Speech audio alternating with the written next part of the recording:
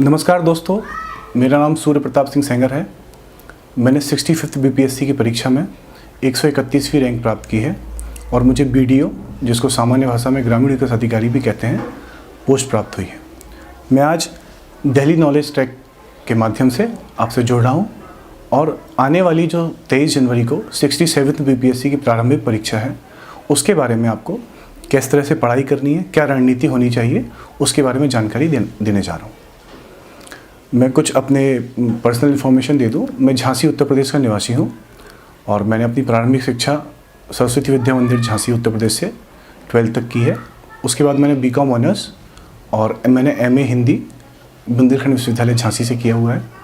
UGC net की परीक्षा मैंने 2019 में 2 बार उत्तीर्ण की और उसके बाद 2019 में 65th बीपीएससी की प्रारंभिक परीक्षा थी और आज मैं आपके सामने उपस्थित हूँ। तो 67 बीपीएससी जो 23 जनवरी को परीक्षा है, सामान्य तौर पर ये जो मुख्य विषय हैं, ये 6 विषय होते हैं इसमें प्रारंभिक परीक्षा में। तो इतिहास, भूगोल और विज्ञान एवं प्रौद्योगिकी, अर्थव्यवस्था, राजव्यवस्था और पर्यावरण, ये मुख्य कोर सब्जेक्ट हैं 6। साथ ही हमें बिहार सामान्य अध्ययन का अध्ययन करना पड़ता है, बिहार जीके, करंट अफेयर्स और बजट और आर्थिक समीक्षा, और 10 प्रश्न सामान्य तौर पर गणित विषय से भी इस परीक्षा में पूछे जाते हैं। तो मैं एक एक करके आपको हर विषय के बारे में इसकी जानकारी दे रहा हूँ। अगर हम इतिहास विषय के बारे में बात करें तो कुल 150 प्रश्न आते हैं बिहार बीपीएससी की परीक्षा में, प्रारंभिक परीक्षा में, जिनको 2 घंटे में करना होता है और माइनस मार्किंग नहीं होती है। तो 150 प्रश्न काफ़ी प्रश्न होते हैं जिनको हमें 2 घंटे में कंप्लीट करना है।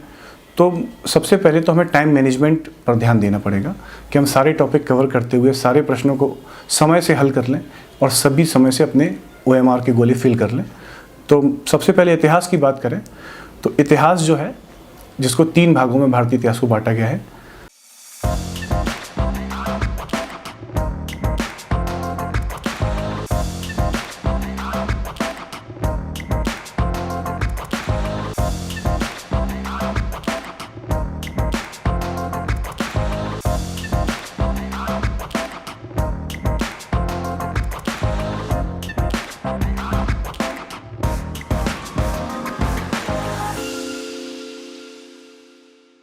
एंशिएंट हिस्ट्री, मेडाइवल मध्यकालीन हिस्ट्री और आधुनिक भारत। तो ये तीनों बिहार प्रारंभिक परीक्षा में सिलेबस में लगे हुए हैं। तो अगर हम इनकी बात करें तो जो मैं अपने सोर्स की बात करूं तो मैंने आधुनिक भारत के लिए मुख्य सोर्स के तौर पर स्पेक्ट्रम किताब को रेफ़र किया। इसमें लगभग अंग्रेज़ों के आगमन से लेकर और भारत के स्वतंत्रता प्राप्ति तक का इतिहास सारगर्भित रूप में दिया हुआ है। तो इतिहास के विषय में, आधुनिक इतिहास के विषय में स्पेक्ट्रम की किताब हम फॉलो कर सकते हैं। बहुत अच्छी किताब है, बहुत क्रिस्प पॉइंट में बहुत अच्छे से दिया है, कॉन्सेप्ट अच्छे से क्लियर हो सकते हैं। और एंशिएंट मिडाइवल के लिए NCERT की पुस्तक हमको पढ़नी पड़ेगी, कक्षा 11वीं की और 12वीं की, जिसमें हम प्राचीन भारत और मध्यकालीन भारत के बारे में कॉन्सेप्चुअल समझ बिठा सकते हैं। और जो फैक्ट वाला पोर्शन है, क्योंकि बीपीएससी की परीक्षा में फैक्चुअली काफ़ी कुछ प्रश्न पूछे जाते हैं, कॉन्सेप्ट और फैक्ट दोनों के मिक्स्ड प्रश्न आते हैं। तो हम जो ल्यूसेंट की पुस्तक आती है सामान्य ज्ञान की, उससे हम इतिहास एक बार जरूर पढ़ेंगे। तो पूरा फैक्ट वाला जो डेटा इतिहास से संबंधित है, प्राचीन काल इतिहास से आधुनिक इतिहास तक, वो हम सब उससे कवर कर सकते हैं। और जैसा मैंने आपको बताया, एंशिएंट मिडाइवल हिस्ट्री के लिए NCERT और मॉडर्न हिस्ट्री के लिए स्पेक्ट्रम हम कॉन्सेप्ट की समझ के लिए तैयार कर सकते हैं। और इसके अलावा ल्यूसेंट की एक बहुविकल्पीय वैकल्पिक प्रश्नों की एक पुस्तिका आती है। उसमें सिर्फ 4 विकल्प देकर सारी प्रश्नावलियाँ दी हैं हर विषय की। उसमें मतलब जो 6 सब्जेक्ट विषय हैं उनके सब 4 विकल्प के माध्यम से उनको दिया गया है। तो प्रैक्टिस के तौर पर हम इतिहास के लिए उसको पढ़ेंगे। ज्योग्राफी में एक भारत की भूगोल है और विश्व का भूगोल, और बिहार पीसीएस की परीक्षा है, इसलिए बिहार के क्षेत्र का भूगोल भी हमको पढ़ना पड़ेगा। तो सबसे पहले ज्योग्राफी के लिए जो मैंने रेफ़र किया, 11th और 12th क्लास की NCERT पढ़ी। उसके साथ ही मैंने दृष्टि पब्लिकेशन की क्विक बुक ज्योग्राफी के लिए, भारत का भूगोल एवं विश्व के भूगोल के लिए तैयार किया। और ल्यूसेंट से फिर वही फैक्ट के लिए ल्यूसेंट बहुत अच्छी पुस्तक है। सामान्य तौर पर विद्यार्थी समझता है कि ल्यूसेंट बहुत हल्के किस्म की किताब है, लेकिन ल्यूसेंट पढ़ना बहुत ज़रूरी है, क्योंकि फैक्चुअली क्वेश्चंस पूछे जाते हैं, वो सिर्फ ल्यूसेंट से ही बार बार पढ़ने से हमें याद हो पाएंगे। तो ज्योग्राफी के लिए हम NCERT 11th-12th के लिए, और ल्यूसेंट हम जरूर पढ़ेंगे फैक्चुअल डेटा के लिए। इकोनॉमिक्स जो है, तो भारतीय अर्थव्यवस्था और बिहार की अर्थव्यवस्था दोनों से प्रश्न पूछे जाते हैं, और इकोनॉमिक्स के बहुत सारे प्रश्न करंट अफेयर से संबंधित भी आते हैं। खास तौर पर भारत का बजट उस वर्ष का, जिस वर्ष परीक्षा है उसके 1 वर्ष पहले का, और आर्थिक समीक्षा, साथ ही साथ बिहार का बजट और बिहार की आर्थिक समीक्षा, इन दोनों को हमको अच्छे से तैयार करना पड़ेगा। मेरी माने तो बजट भारत का और आर्थिक समीक्षा और बिहार का आर्थिक समीक्षा और बजट के हम छोटे छोटे क्रिस्प नोट्स बना लें। राजकोषीय घाटा क्या है, राजस्व घाटा क्या है, रेपो रेट कितना चल रहा है, रिवर्स रेपो रेट कितना चल रहा है, मॉनेटरी पॉलिसी कमेटी की क्या क्या अनुशंसाएं हैं, ये सब हमको नोट्स के माध्यम से हम छोटे छोटे पॉइंट में लिख सकते हैं। तो परीक्षा के पहले इसको अगर हम पढ़ेंगे तो हमारे दिमाग में बहुत अच्छे से रहती है।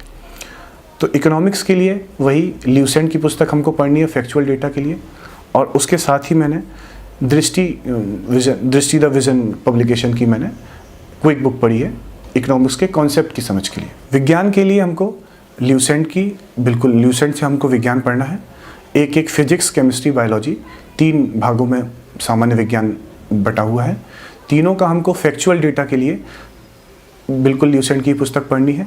साथ में ही कि बाजार में स्पीडी करके आती है विज्ञान के लिए, अगर हम ल्यूसेंट से हम समझ नहीं बना पा रहे हैं तो फैक्चुअल डेटा के लिए हम स्पीडी का भी प्रयोग कर सकते हैं। साथ ही साथ अगर आप पे समय है, हालांकि अभी तो 23 जनवरी को परीक्षा को समय काफ़ी कम है, तो मैं कहूँगा कि आप दृष्टि पब्लिकेशन की एक क्विक बुक पढ़ सकते हैं, और अगर आपके पास समय है तो 6वीं कक्षा से 10वीं कक्षा तक की विज्ञान की NCERT को आप जरूर रेफ़र करें। साथ ही साथ मैं आपको बता दूं कि प्रारंभिक परीक्षा की तैयारी से पहले सबसे पहले हमको एक प्रीवियस ईयर सॉल्व पेपर का हमको पुस्तक लेना पड़ेगा। मैंने KBC नैनो पब्लिकेशन की प्रेफर की थी, उसको ज़रूर हमको पढ़ना है। कम से कम 10 साल पिछले पेपर हमको देखने हैं, उससे हम एनालिसिस कर पाएंगे कि किस विषय से कितने प्रश्न पूछे जा रहे हैं और किन प्रश्नों का क्या महत्व है, कौन से प्रश्न बार बार रिपीट हो रहे हैं, किस श्रेणी के, किस तरह से, कितने सारगर्भित या कितने गहरे जाकर वो प्रश्न पूछे जा रहे हैं, तब हम अपनी स्ट्रेटेजी तैयार कर पाएंगे। तो सबसे पहले हमें previous years prelims solve paper अपने साथ रखना है, उसके प्रश्नों का अध्ययन करना है। उसके एनालिसिस से ही मैं आपको बता रहा हूँ कि विज्ञान और इतिहास प्रीलिम्स में इन दोनों विषयों से काफ़ी क्वेश्चन पूछे जाते हैं। तो विज्ञान से फिजिक्स, केमिस्ट्री, बायोलॉजी, जिसमें बायोलॉजी सबसे मुख्य, इन दोनों में सबसे ज़्यादा, इन तीनों विषयों में सबसे ज़्यादा मुख्य तौर पर बायोलॉजी से प्रश्न पूछे जाते हैं। बायोलॉजी के लिए ल्यूसेंट से हम फैक्चुअली डेटा के लिए अपना तैयार करेंगे।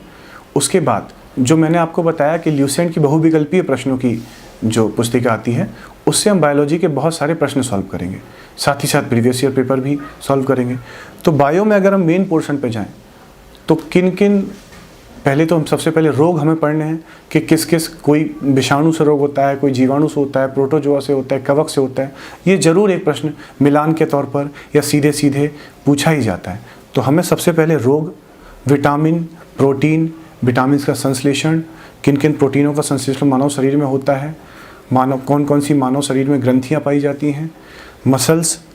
उसके साथ ही जो अगर हम बॉटनी वाले पार्ट में आए तो उसमें जाइलम के क्या कार्य हैं, फ्लोएम के क्या कार्य हैं, शाखाओं, जाइलम फ्लोएम कहाँ तक पानी पहुँचा रहा है, किसका क्या कार्य है, क्लोरोफिल के बारे में हमें जानकारी उससे कम से कम अच्छे से पढ़ना है, मृदा के संबंध में जानकारी, नाइट्रोजन।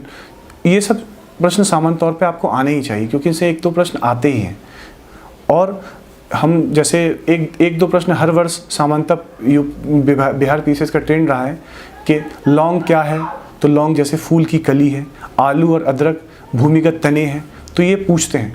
अब हम लोग आलू अदरक को जड़ भी ऑप्शन लगा सकते हैं, लेकिन नहीं, आलू अदरक भूमिगत तना है।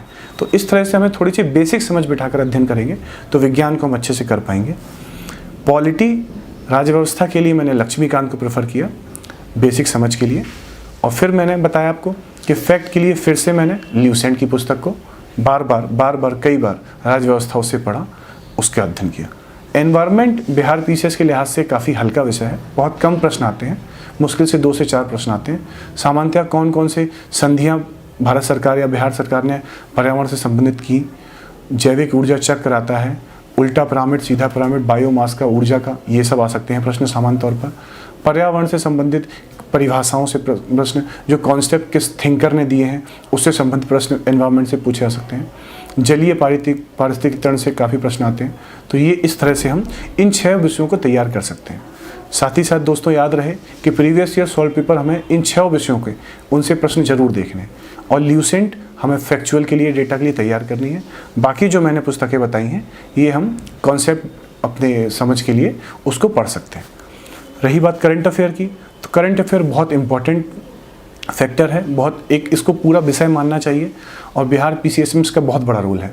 और अगर ट्रेंड देखा जाए तो पिछले 4-5 वर्षों की परीक्षा में 150 में से सामान्यतः 25 से 30 प्रश्न कहीं ना कहीं करंट अफेयर से संबंधित होते ही हैं। करंट अफेयर्स की बात करें तो एक तो हो गया बिहार का करंट अफेयर और एक हो गया भारत का करंट अफेयर। अगर हम भारत के करंट अफेयर्स की बात करें तो भारत सरकार की योजनाएं, पुस्तक लेखक जो सामान्य तौर पर चर्चा में रहे हैं, जो भारत सरकार नए बिल लाई है, वो संवैधानिक घटनाक्रम जो कुछ चले हैं साल भर में उनको, लेखक पुस्तक मैंने जैसा आपको बताया, खेल से संबंधित प्रश्न हर वर्ष 2 या 3 खेल से संबंधित प्रश्न पूछे ही जाते हैं, तो हमें उनको बहुत अच्छे से तैयार करना है। खेल पुरस्कार जो दिए जाते हैं उनको बहुत अच्छे से तैयार करना है।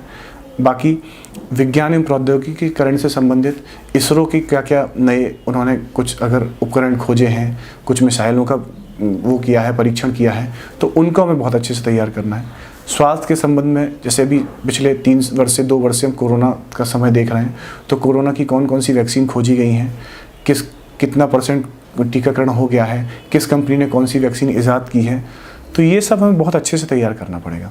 बिहार स्पेशल के लिए, बिहार के करंट अफेयर्स के लिए कोई भी आप बिहार के प्रकाशन की, पटना के प्रकाशन की पुस्तक ले सकते हैं।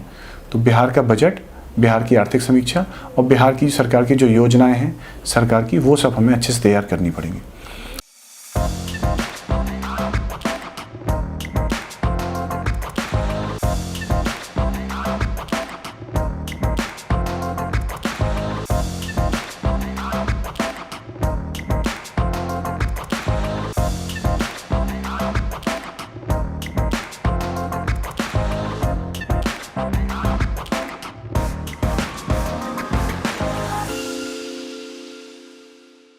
बिहार विशेष के लिए, बिहार विषय जो बिहार समग्र जीके है उसके लिए मैंने सृजन प्रकाशन की बिहार विशेष की पुस्तक पढ़ी थी। काफ़ी पतली पुस्तक है, मुश्किल से 100 पृष्ठ की होगी। उसमें बहुत सारगर्भित रूप से बिहार का जीके के बारे में बताया गया है। तो बिहार के भूगोल, वहाँ की नदियाँ, वहाँ की जलवायु, बिहार की भूमि हमें बहुत अच्छे से तैयार करना है। वहाँ का मौसम सामान्यतः पूछा ही जाता है। बिहार के इतिहास के बारे में हमें 1857 की क्रांति में कुंवर सिंह जी का योगदान जिस तरह से रहा है, उसके बाद भारत छोड़ो आंदोलन में, सविनय अवज्ञा आंदोलन में, स्वदेशी आंदोलन में, असहयोग आंदोलन में, स्वतंत्रता तक जो भी बिहार के इतिहास से संबंधित कंटेंट है वो सब हमें अच्छे से तैयार करना पड़ेगा। इतिहास से संबंधित, बिहार के इतिहास के संदर्भ में। साथ ही साथ बिहार की जनगणना को हम बिल्कुल नहीं मिस कर सकते। बिहार की जनगणना से 2 से 3 प्रश्न लिंगानुपात से, जनसंख्या घनत्व से, शिक्षा से, साक्षरता से पूछे ही जाते हैं। तो बिहार का हमको जनसंख्या भी बहुत अच्छे से तैयार करनी है। और अंत में दोस्तों मैं बताना चाहूँगा, गणित। बिहार PCS की परीक्षा में सामान्य तौर पर जैसा अन्य राज्यों में UP PCS में अथवा UPSC में GS के साथ एक CSET भी, सिविल सर्विसेज एप्टीट्यूड टेस्ट की परीक्षा होती है, बिहार में ये परीक्षा नहीं होती है। बिहार में GS के पेपर के साथ ही 10 से 12 प्रश्न मैथ्स के और 1-2 प्रश्न रीजनिंग के सामान्यतः आते हैं। तो गणित में वो सबसे स्कोरिंग और सबसे बोनस वाला पार्ट है। अगर हमने उसको सॉल्व कर लिया तो पूरे के पूरे नंबर उसमें हमें मिल रहे हैं, कोई कन्फ्यूज़न की बात नहीं होती है। तो उसके कुछ टॉपिक मैं आपको बता देता हूँ, जैसे लाभ हानि हो गया, प्रतिशतता हो गई, अनुपात समानुपात हो गया, साधारण ब्याज, चक्रवृद्धि ब्याज, और धारा के विपरीत, चाल से संबंधित, समय दूरी, ये प्रश्न अगर हम अच्छे से तैयार कर लेंगे तो 10 में से हम 8 या 8 से अधिक क्वेश्चन सही कर पाएंगे। तो ये मैंने आपको एक ओवरव्यू बता दिया है 67 BPSC के लिए, 63rd BPSC के लिए जो 23 जनवरी में परीक्षा होनी है उसके लिए। धन्यवाद।